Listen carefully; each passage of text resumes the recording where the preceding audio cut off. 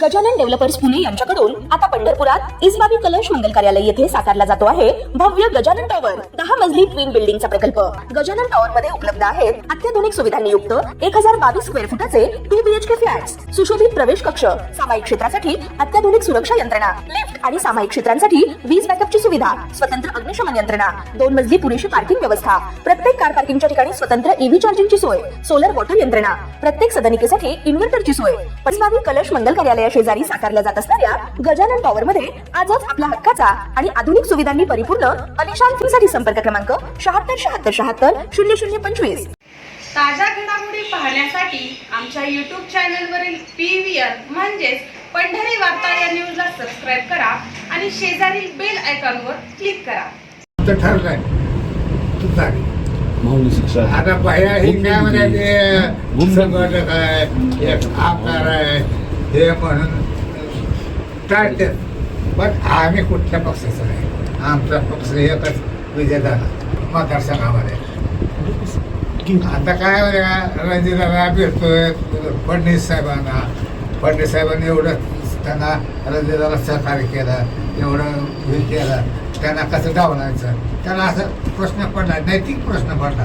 पण आम्ही काय फडणवीस साहेबांना ओळखत पण नाही, म्हणजे आम्हाला ओळखत नाही, त्यामुळे आम्हाला काय असं पहिल्यापासून आम्ही कुठल्या पक्षाचा सभासद नाही। आकच बुद्धीने कुठे आम्ही कारवाई करणार नाही। तक्रार काही असेल स्पेसिफिक, त्याच्यामध्ये काही कुणी चुका केल्या असेल, त्याच्यामध्ये काही गैरव्यवहार असेल तर या संदर्भामध्ये चौकशी होईल। पडलेल्या लोकसभा आणि विधानसभा निवडणुकीवेळी माढा मतदारसंघात भाजपचे विधान परिषदेचे आमदार रणजितसिंह मोहिते पाटील हे महायुतीच्या प्रचारापासून दूर राहिल्याचं दिसून आलं होतं। मात्र ते महाविकास आघाडीच्या स्टेजवर देखील प्रचारासाठी उघडपणे गेल्याचं दिसून आलं नाही। मात्र याचवेळी माजी खासदार रणजितसिंह निंबाळकर आणि माजी आमदार राम सातपुते यांच्याकडून रणजितसिंह मोहिते पाटील यांच्यावर पक्षाच्या विरोधात भूमिका घेतल्यानं कारवाई करावी अशी मागणी करण्यात आली होती।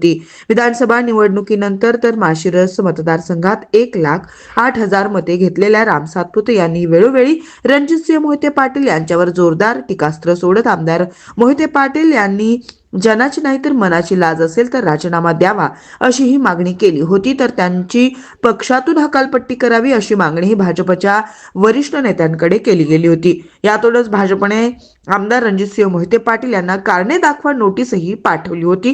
त्याला उत्तर देण्याचा कालावधी उलटून गेला तरी नोटीसचं उत्तर दिलं गेलं नाही। पक्षातीलच नेत्यांकडून टीका होत असताना देखील रणजितसिंह मोहिते पाटील यांनी ना भाजप सोडली ना भाजपप्रती आपली असलेली निष्ठा लपवण्याचा प्रयत्न केला। त्यांच्या सोशल मीडिया डीपीवर भाजपचे चिन्ह आणि भाजपच्या नेत्यांचे फोटो आजही कायम राहिल्याचे दिसून येत आहे। आता आमदारकीचा कार्यकाळ संपला तरी रणजितसिंह मोहिते पाटील यांच्या सोशल मीडिया डीपीवर भाजपचे चिन्ह कायम आहे। भाजपने पुन्हा विधान परिषदेची संधी दिली नसली तरी रणजितसिंह मोहिते पाटील हे भाजपशी जोडलेले आपली नाळ तोडण्यास तयार नसल्याचे दिसून येत आहे। आणि रणजितसिंह मोहिते पाटील यांच्या या भूमिकेबाबत बोलताना पहा काय म्हणाले। माढ्याचे खासदार धैर्यशील मोहिते पाटील। रणजितसिंह मोहिते पाटलांचा वाढदिवस आहे, विधान परिषद हे संपलेले आहे, काय ठरलंय का परत एकदा काय आपल्या परिवाराजवळ? आदरणीय रणजितदादा हे फडणवीस साहेबांना अत्यंत मानतात, त्यांच्या दोघांचा एकामेकावरती विश्वास आहे। पद संपली की लगेच उडी मारायचं हा विषयच राहत नाही, त्यांची निष्ठा त्यांच्यावरती आणि ते पक्ष कार्यकर्ता म्हणून पहिल्यापासून काम करत आलेले आणि आताही करतायत।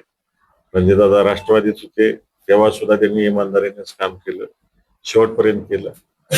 जेव्हा पक्ष बदलायची वेळ आली, पक्ष बदलला, आज सुद्धा इमानदारीत काम करतील आणि ते काही पदासाठी गेलेले नाहीत, त्यांचं प्रेम आहे मुख्यमंत्र्यांवरती म्हणून गेले। आणि ह्याची प्रचिती जेवढी काही माणसं आदरणीय रणजितदादांच्या विरोधात सातारा जिल्ह्यात आणि सोलापूर जिल्ह्यात बोंबलत होती, मुख्यमंत्री महोदयांनी जेव्हा रिटायरमेंटची भाषणं झाली सगळ्यांची तिथं, म्हणजे मुदत संपलेल्या आमदारांची, रिटायरमेंट म्हणता येत नाही, मुदत संपलेल्या आमदारांची जी काही चर्चा झाली त्यात त्यांच्या कामाची पोचपावती दिलेली आहे मुख्यमंत्र्यांनी, त्याच्यातून दिसून येते। त्यामुळे काय तर खाली बोंबलणाऱ्यांना आम्ही किंमत देत नाही.